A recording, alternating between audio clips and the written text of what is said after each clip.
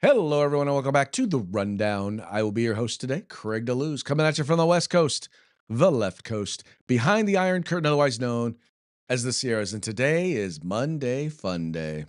I stop what you're doing, cause I'm about to ruin the image of me that you're used to. I look money, a king bee making honey, see? Deep state, I hope you're ready for me. Now gather round, I'm the new sheriff in town. All my people rise up and stand your ground. Now drink up all the Diet Coke you got on your shelf. So just let me introduce myself, my name is Trump D.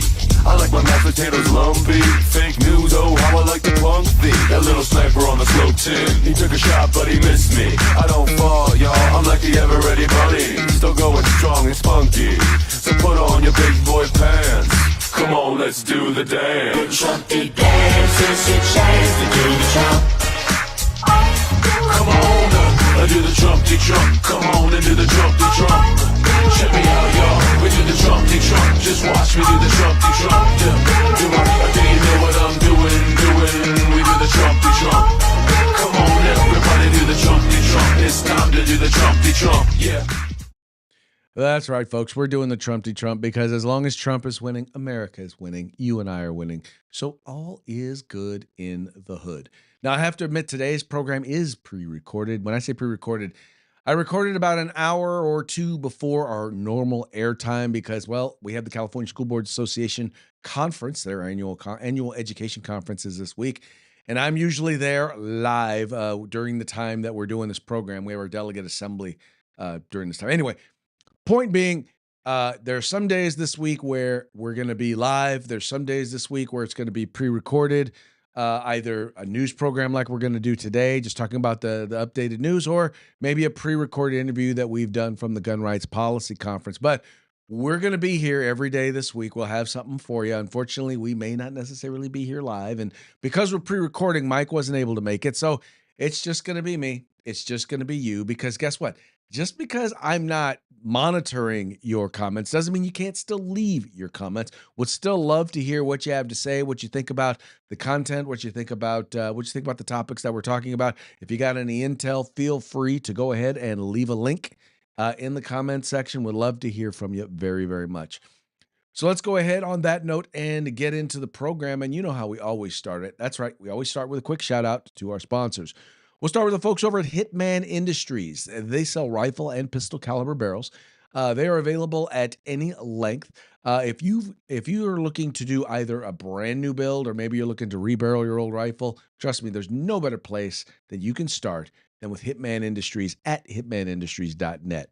And then we've got the California Republican Assembly working to help elect conservatives at all level of government, from school board all the way up to President of the United States. In fact, Ronald Reagan once referred to CRA as the conscience of the Republican Party. So you need to check them out today. Just go to cragop.org. That's cragop.org. If you want to be a part of California's future today, you got to join CRA. And then we've got the best in concealed carry tactical holsters available on the market. You will find them at hogholsters.com. All you have to do is go to hogholsters.com. That's HAWG holsters.com. Check them out. And when you do, make sure you use the discount code The Rundown if you decide to buy. That's that word right up there, The Rundown, all caps, one word, no spaces. And you're going to get a nifty little discount on your hog holster today. That's helping Americans wear guns. And then finally, with the change in weather, obviously it's getting a little cooler in most places in the country. Obviously, it's time to take a look and see what tactical gear you need to update. And let me tell you, if you're a group, if you have a department, if you have an agency, trust me, you need to check out uscombatgear.com. They specialize in group sales. They have a huge selection of products. They have competitive pricing, once again, specializing in group sales, and the best customer service available on the market. Go there now, where you will find all things tactical except the holster. I'm sorry, except the holster. All things tactical except the gun. And that would be uscombatgear.com. Oh, that was real easy for me to say, wasn't it? All right, we're leading today because we're going to be talking about gun rights. That's right. So for those of you who are unaware, the Rundown actually started. Mike hosts a program hosts a radio show called Arms Room Radio.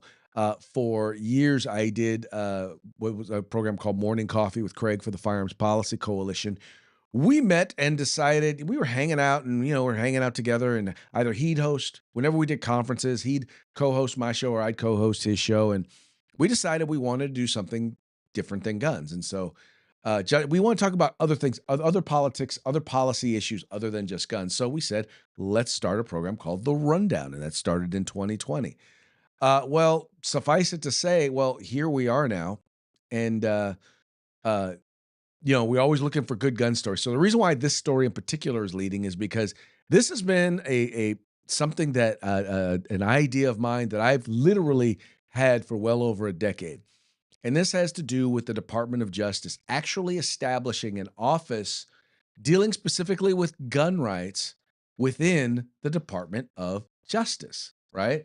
In other words, in particular within the Civil Rights Department. There's one dealing with guns within the Justice Department. It's called the ATF, but one specifically that would deal with companies, organizations, or specifically municipalities, local governments that violated the civil rights of Americans when it came to the right to keep and bear arms. You see, civil rights, contrary to what many people would have you believe, civil rights are not the special rights for special people based on your race, based on your gender identity, or your religion. Civil rights are the rights due to each and every one of us as citizens in this country, right? And chief among those, and I say chief among those because it's not maybe not the first in the Bill of Rights, but it is the second, and that would be the Second Amendment, the right to keep and bear arms. And what's often happened in many, many cities, in many, many states, too many of both, uh, the right to keep and bear arms has been undermined by local government. In other words, they're flat out violating your right to keep and bear arms. And in some cases, they're violating other rights because you want to exercise your right to keep and bear arms. And there's no better example of that than red flag laws. If I had to tell you why red flag laws violate, you know, the right to not just the right to keep and bear arms, but the right to freedom of speech, the right to due process, the right to be innocent until proven guilty, the right to face your accuser. If I have to explain all of that, it would take an entire show. I'm not going to go through that. You can look at past programs or just leave in the comments, and I'll send you a link to some of the ones where we talk about that. But here, what we're specifically talking about, though, is now the development of a department that is going to investigate federal law, federal departments, right? That is going to look at local municipalities, state law, local jurisdiction ordinances that violate our fundamental right to keep and bear arms and take action on behalf of the people. And this here being reported by the folks over at Reuters. It says U.S. Justice Department plans gun rights office within civil rights unit. The Justice Department plans to expand gun rights protections with a new office in its Civil Rights Division dedicated to enforcing U.S. constitutional right to bear arms. It should be to keep and bear arms, according to plans shared with Congress and reviewed by Reuters. The office, called the Second Amendment Rights Section, expected to open on December 4th and will be dedicated to investigating local laws or policies limiting gun rights. The section intends to execute the broad policy directions from February executive order issued by President Donald Trump directing Attorney General Pam Bondi to comb the entire U.S. government to assess any ongoing infringements of gun rights. The Second Amendment of the United States of the U.S. Constitution enshrines the right to keep and bear arms, a deeply divisive issue in a nation where many conservatives avidly support gun rights while many liberals push for restrictions in the face of high rate of gun-related deaths. There have been 378 mass shootings this year as of November 25th. That was when this article was written. According to Gun Rights Violence Archive, we won't even get into them. A comprehensive database of gun-related incidents in the U.S., which defines mass shooting events where 4 or more people are killed or wounded, excluding the shooter. The recognition is another step in a series of actions by the Trump administration to redefine civil rights with policies championed by conservatives, a departure from traditional civil rights issues, including racial discrimination and policing. The DOJ did not immediately comment. Now, here's a quote from someone who used to work there. It says the Civil Rights Division's new focus on the Second Amendment, which is far outside its longstanding mission, is moving us even further away from our nation's commitment to protecting all Americans' civil rights, said Stacey Young, former Civil Rights Division attorney. Now, folks, let us be clear, and I'm going to make this very clear to you, and I've said this before, and I'll say it again. Civil rights are due to each and every one of us. What's happened is that the left and weak-kneed Republicans have allowed the term civil rights to be hijacked. See, if you look at it, what she's talking about is she doesn't want to make sure that all rights are available to all people. She wants to make sure that certain rights are available to people of color, people based on their gender, people based on their gender identity. So, in other words, if you are a Christian white male, the Department of Civil Rights has nothing to do with you as far as they are concerned. Civil rights has nothing to do with you as far as they are concerned. And that's just not the case. That's just not what civil rights were ever really meant to be. Because here's the thing. If you have a right to keep and bear arms, everybody has that right to keep and bear arms. You're protecting the rights for everybody. Because one of the things that the Department of Civil Rights has, or this agency of civil rights has done, is it's made sure that if you are a white Protestant male, that you don't get a right to fully access your rights, that you don't have the sorts of protections that a person of color does or that a person who is transgender does. I don't have a right. I mean, when you can be prosecuted for burning a pride flag, but not the American flag, I want you to think about that. If you can burn a gay pride flag, if you can get in trouble for burning a gay pride flag, but you don't get in trouble for burning a white pride flag, well, then how is that equal? How is that equal rights under the law? Now, don't get me wrong. I give a hoot about white pride, but my point that I'm making here is that rights are supposed to apply to everybody. The laws are supposed to be applied to everyone equally. And one of the things that we are seeing is that the Second Amendment, the second of our Bill of Rights, have people actively fighting against its right to exist, against its right to be implemented. You have people putting laws in place that specifically undermine it. And what Donald Trump is saying, what Harmeet Dillon is saying, what Pam Bondi is saying, but for those of you who do not know, Pam Bondi, the Attorney General, U.S. Attorney General, the Assistant Attorney General for Civil Rights is Harmeet Dillon, from the state of California and a big Second Amendment advocate. What they're saying is that civil rights belong to everybody. And if you can't defend the right to keep and bear arms, then you can't defend any of them. Right? The two main civil rights that the Trump administration has been fighting to defend and is taking up arms for is the right to freedom of speech, meaning you can't be silenced, you can't be, not being doxxed, or the sorts of things that people are doing to people who actually are just expressing their views and their values. Having the government actually both investigate you, having the government come down on you or have you silenced because you have a position that is contrary to the governmental narrative, as well as the right to keep and bear arms, your right to be able to defend yourself. And when they talk about all of these quote unquote gun deaths, let's be clear, 2/3 of them are suicides. 2/3 of them are people killing themselves. And here's what's funny. I heard this joke the other day, and it was the funniest thing. This guy pointed out that, like something like 30,000 people, and that's not funny, but 30,000 people die every year related to gun deaths, or there's 30,000 gun deaths. It's over that now. It's like somewhere like 33, 34. But the interesting part was he said 40,000 people trip and fall every year, die from tripping and falling.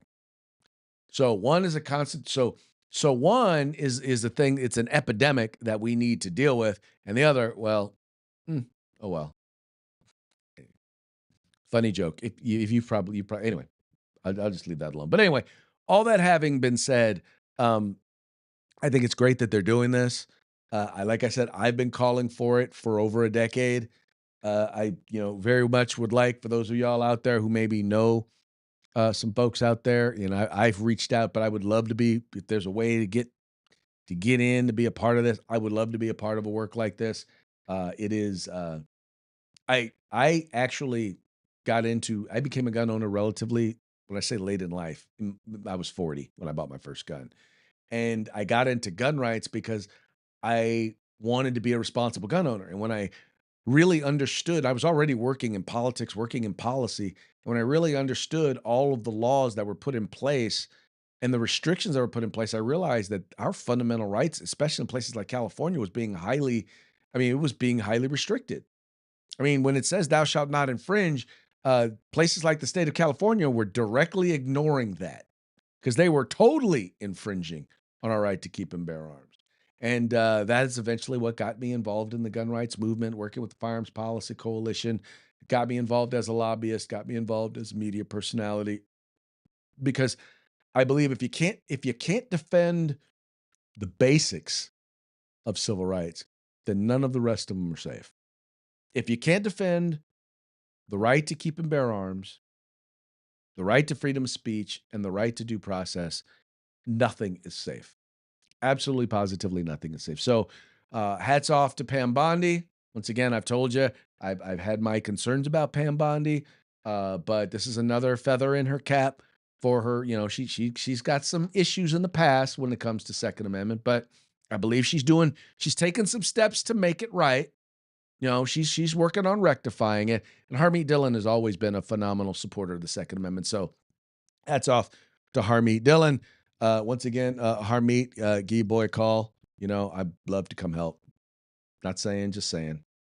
You need some help, I'm your guy. Just saying. All right.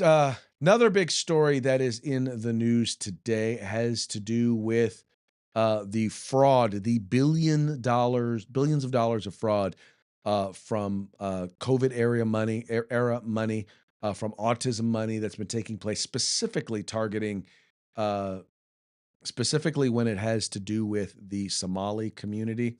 Now, what's interesting is that Tim Walz actually has come out, and what's funny is, so there's a whistleblower who has come out and said, yeah, no, this is 100% Tim Walz's fault. But Tim Walz, before we get into talking about the whistleblower, Tim Walz is directly coming out and blaming the Trump administration for the problem. Fraud is the reason for his crackdown. Dozens of people of East African descent have been charged, convicted, and sentenced for stealing more than $1 billion in taxpayer money from government programs during COVID. As you know, Governor, that is more than Minnesota spends each year to run its Department of Corrections. So I want to give you a chance to respond to this. Do you take responsibility for failing to stop this fraud in your state? Well, certainly I take responsibility for putting people in jail. Governors don't get to just talk theoretically. We have to solve problems. And I will note, it's not just Somalis. Minnesota is a generous state. Minnesota is a prosperous state, a well-run state. We're AAA bond rated, but that attracts criminals. Those people are going to jail. We're doing everything we can. But to demonize an entire community on the actions of a few, it's lazy. And as you heard Senator Kelly say, this president has cut a lot of inspector generals. He's cut programs that could help us tackle this on. So we'll take it on. We'll put folks in jail. I don't care what your nationality is. I don't care what your religion is, your color. If you're committing crimes, these are programs that were meant to serve students with autism, to housing, and to making sure people had enough to eat. There's a reason Minnesota ranks as the top, lowest childhood poverty, best place for children to live. People are taking advantage of that. They're going to prison. That is totally disconnected with demonizing an entire group of people who came here fleeing civil war and created a vibrant community that makes Minnesota and this country better. But that's Donald Trump. So let's be clear. You heard kind of once again, him defending this particular community. defending the problem. But here's the challenge: is that it is that position of defense, that knee jerk reaction, that according to whistleblowers, is the reason why they believe that this fraud, this massive fraud, is 100. He's 100% responsible for it. This is being reported by the folks over at Breitbart. It says hundreds of Minnesota government workers have accused the state's leftist governor of being responsible for a massive fraud case that has drawn tons of attention. The statement came from over 400 individuals in the Minnesota Department of Health and Human Service employees X page on Saturday, Fox News reported Sunday. The group claimed it alerted Governor Tim Walz to fraud in the early stages of discovery, but he allegedly retaliated against whistleblowers. Now, this, I believe, is from this right here, I believe, is from the folks over at let's see where it's from. Anyway, I think this is from the Fox News article. It says here Tim Walz is 100% responsible for massive fraud in Minnesota. Oh no, this is from the tweet. Okay, the Twitter page or the X page. We let Tim Walz know of fraud early on, hoping for a partnership in stopping fraud, but no, we got the opposite response. Tim Walz systematically retaliated against whistleblowers using monitoring, threats, repression, and did his best to discredit fraud reports. Instead of partnership, we got the full weight of retaliation by Tim Walz, certain DFL members, and an indifferent mainstream media. It's scary, isolating, and left us wondering who we can turn to. In addition to retaliating against whistleblower, Tim Walz disempowered the Office of Legislative Auditor, allowing agencies to disregard their audit findings and guidance. Media and politicians supporting Tim Walz or the DFL agenda attacked whistleblowers who were trying to raise red flags of fraudulent activities. Somalis in Minnesota allegedly took millions of dollars in state Medicaid autism care programs and sent it to their native country and its terrorist organizations, per Breitbart News. The outlet's November 20 article noted Breitbart reported in July that nearly 100 autism clinics in Minnesota are being investigated for fraudulently billing Medicaid for treatment of children supposedly diagnosed with autism, most of it in connection with the rampant corrupt Somali community around Minneapolis. But the fraud is far more widespread and far more money involved than was previously reported. And oh no, all of which has been presided over by former Democrat Party vice presidential nominee Governor Tim Walz.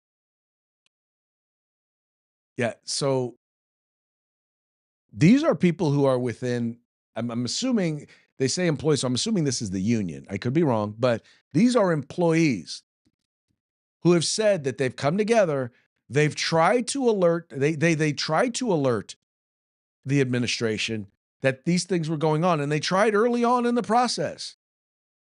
And they were basically demonized. They were basically gone after. They were basically threatened with a retaliation. My guess is that they were probably told, if you keep doing these discriminatory things, we're going to have you, you're going to lose your job. What I'm going to guess that they wound up doing. And as a result,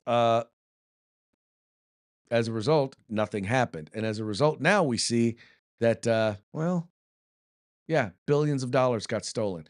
And by the way, it wasn't just the Somali community, I will say that, but there's a lot of links and a lot of ties, and there's a disproportionate amount of the investigations, a disproportionate amount of the money that has disappeared into these Somali organizations and gone back to Somalia. Now, keep in mind where they're coming from. This is a society that is, well, let's just say Ain't too many Somalis trying to rush back to Somalia. They're not trying to rush back to live there because it is a place that is fraught with corruption. It is a place that is fraught with poverty. And, this is stuff like this is probably commonplace there. Well, probably not commonplace because there's not a lot of money to be stolen. Instead, they have things like Somali pirates, right? Who try to steal from people who are in the seas near Somalia. In any case, um, yeah, you got a guy who wants to be or is trying to be a nominee for, you know, president, in 2028, who basically is going out there and lying because he doesn't want to own the fact that yeah, we messed this up. And the funny part about it is I honestly believe that, the American people are very forgiving. You say, "You know what? We dropped the ball on this. We were so eager." I would have said we were so eager to try and help kids that we didn't put appropriate checks and but we didn't have appropriate checks and balances in place.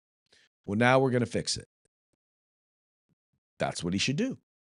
Own it, move on. And by the time the election comes, most people will be like, "Oh, okay, well they'll move on from it," because he's owned it, but he won't own it. He won't own it. And here's the thing: to me, the only reason not to own it, there's nothing wrong with owning mistakes. It's just if you were complicit in fraud, that's the reason not to own it. And it wouldn't surprise me one bit if it were to come out that yeah, a lot of that money wound up in his campaign coffers, or at the very least, it wound up in the campaign coffers of some of his allies. Anyway.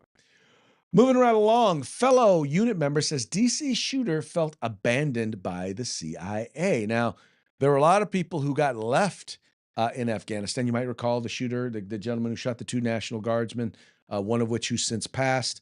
The other is still fighting for his life. According to Rolling Stone magazine, this guy evidently, so he worked with the CIA while he was in Afghanistan. He was part of what's called their zero units that helped to, go after specific targets.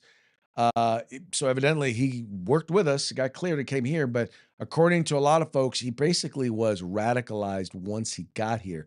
And they believe that some of the radicalization had to do with this. Now, I always take what Rolling Stone says with a grain of salt, but I always find that when you take it with a grain of salt, it doesn't mean that there's absolutely no truth in what they're saying.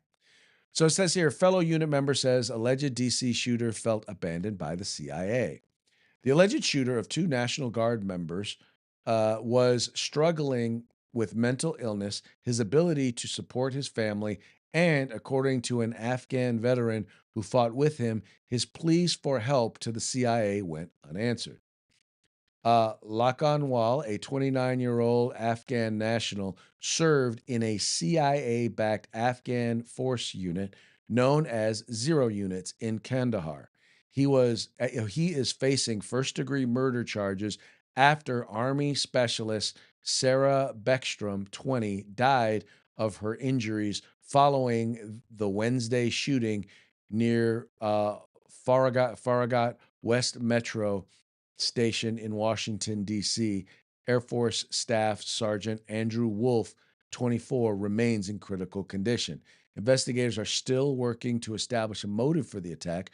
Rolling Stone spoke with a former Afghan unit mate who pointed to financial pressure and ongoing apparent mental illness as a contributing factor. He also seems to have felt abandoned by the United States government. Quote, he's very sad, said Lakwal's Afghan unit mate. He who is not a native English speaker. He's very worried. The problem, like he'd say, I am working 9 years or 10 years with the U.S. government, and they never answer my phone call. The Taliban prevailed in America's longest-running war. Laqwan resettled in after the Taliban prevailed. No, they didn't prevail. We surrendered. Anyway, resettled in Bellingham, Washington. By the way, a very, very expensive place in the state of Washington to live. With his wife and 5 sons in September 2021. His migration was aided by Operation Allies. well, I'm sorry, Operation Allies Welcome, a Biden area initiative to resettle vulnerable Afghans, particularly those who worked alongside U.S. forces and face reprisals from the Taliban. The struggles to start over, leave the war behind, and find work were ever present.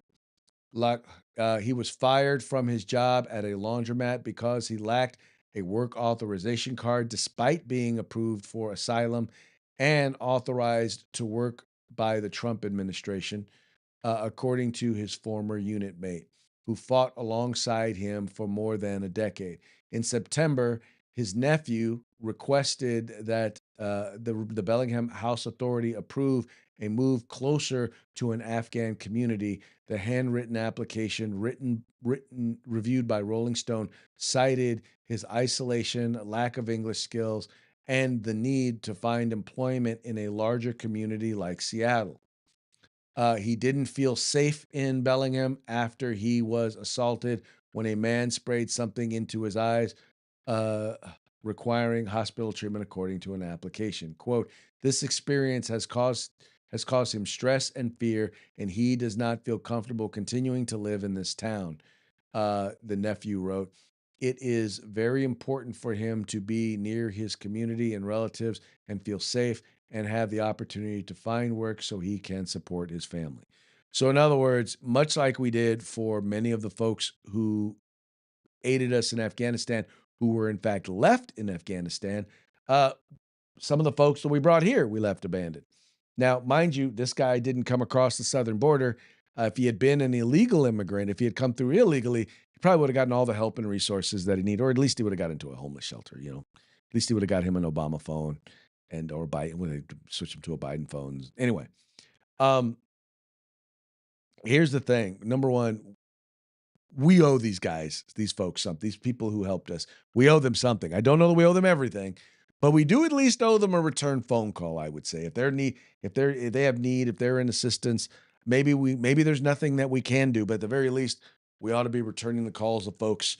And I'll say this: I don't know about so I don't know what exactly went into the vetting, but we probably really need to take a look at the vetting. And when people are putting out pleas saying that issues are going on,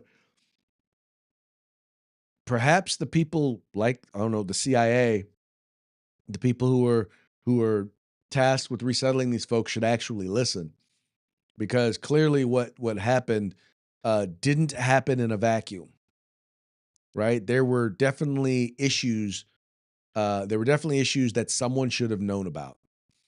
Now, once again, in the end, I still blame the person who did the shooting. He is the person who needs to be held responsible. I think they're also looking at the people who know him and the people who were part of to see how or if he was actually radicalized, or if this was just dude just got frustrated because he couldn't find the job. And because coming from where he came from, I imagine that it's not easy trying to figure stuff out here because it's completely different culture. I'm not totally familiar with the Washington State. For those of you who are, go ahead and maybe you can either back me up or correct me on this. But the city where he wound up, I think it's Bellingham.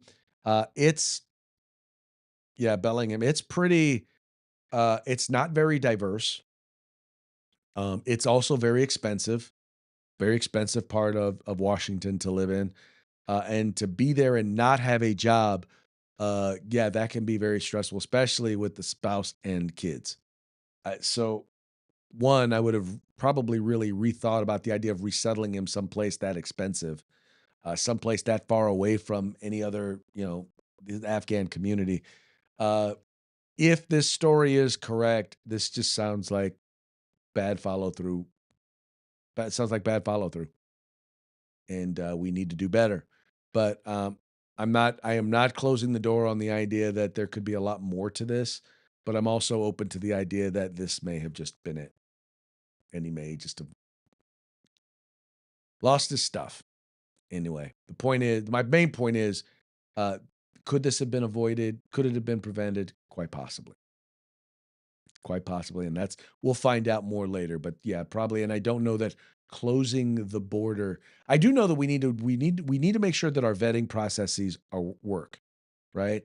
This guy was, when he first came over, whatever vetting the Biden administration did, he was granted asylum in April. Now, keep in mind, in April, President Trump had been president for all of 2.5 months, and unless he ended everything right then, I doubt that the vetting process took place within those 2.5 months. My guess is the vetting process took place before that under the Biden administration. Probably would have been a good idea to say, look, let's shut down any of these let's take a look at the vetting and make sure we're doing proper vetting. Hindsight is 2020. Now we know that hopefully that's exactly what the president is doing now. He's going to say, stop. Let's take a look at the vetting process before we reopen it and make sure we're doing all that we need to do to make sure that we're vetting people properly. I'm guessing that's what the president is doing, not just saying, we're not doing any more immigration.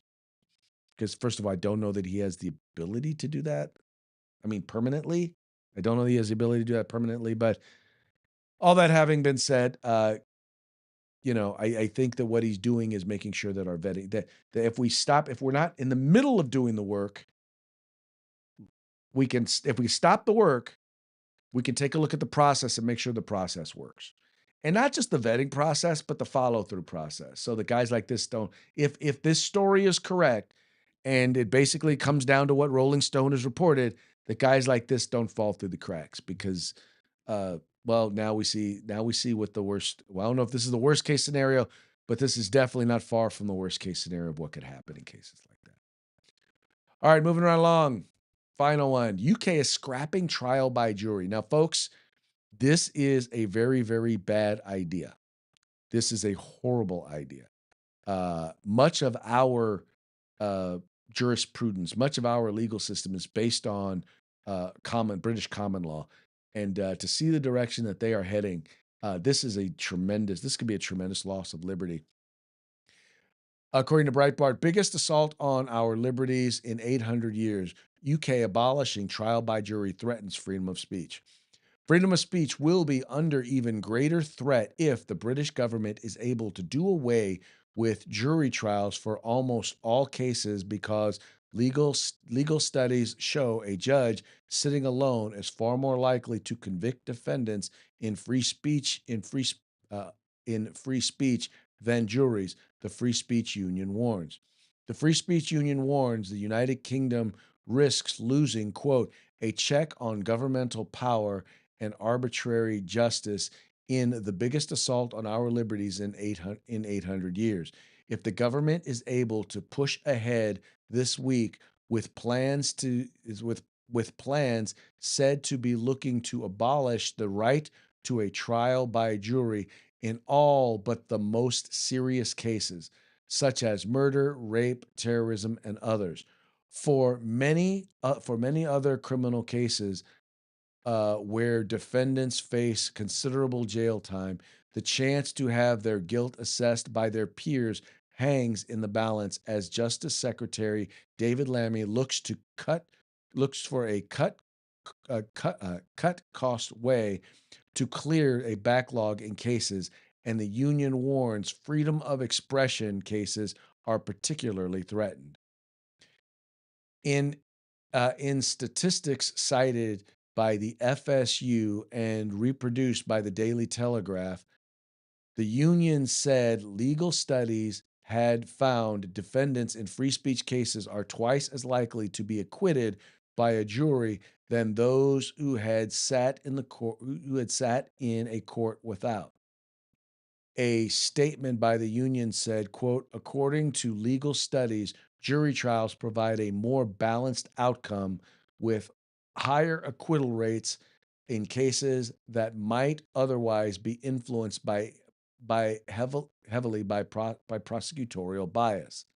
Moreover, juries often bring diverse perspectives, which lead to fairer judgments compared to decisions by a single judge who might have biases.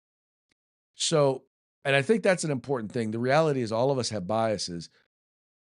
When you have a jury, you have a chance to diversify against those biases, unless you wind up having a jury trial in a place like Manhattan, and you have a place that is overwhelmingly hates a particular president or a particular former president, and that president comes up for trial, and you have prosecutors who are looking to undermine that. Anyway, the problem is, and here's the thing: I, jury by trial or trial by jury is not perfect, but it at the very least gives you an opportunity uh, to be heard by a jury of your peers.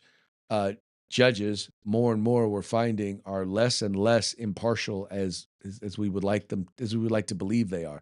We would like to believe that they're impartial, but they're not, and they actually do tend to have a prosecutorial bias in many cases, meaning they're more likely to believe if a cop testifies, they're more likely to believe a law enforcement officer than they are a civilian. They're more likely to uh, give evidence provided by the prosecution more deference and more credibility than they are those who are than they are the defendants. Whereas as juries balance that out a little bit more. And I'll tell you, I two different cases where I for me, and this is once again this is my personal experience. The one time I almost wound up on a jury.